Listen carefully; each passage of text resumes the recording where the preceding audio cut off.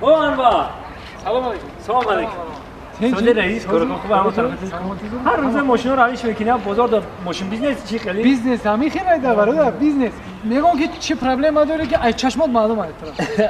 خیلی که کانترکت پرابلم بود داره همون پیش دوم اومد پرابلم بود که پیرود کردم گازن چی پرابلم پرابلم همین کی نوار جون نه پدر زدم اونم که ای خونه اویلام تلفن کرد که سوید میرا پشی درد اومده ایستاده نمیره سوید می برون میگه نه 300 سوم خرج دارم دو ماه خرج دارم من گفتم تو بگاهی تو پگاه خب همین سوم میدادی 300 قدر سوم 300 سوم 300 سوم میدادی 300 سوم من یا بالا کردم میدادم پلیت رو خی شیت اسم راجع درسته اونه که در کیسم با فکر میگم همین خرید کرده من 200 سوم دارم 200 سوم بله 200 سوم دارم خیمیش هم 200 سوم بده یکم 100 سوم دیگه قرضدار میشی و کی میتی اوشا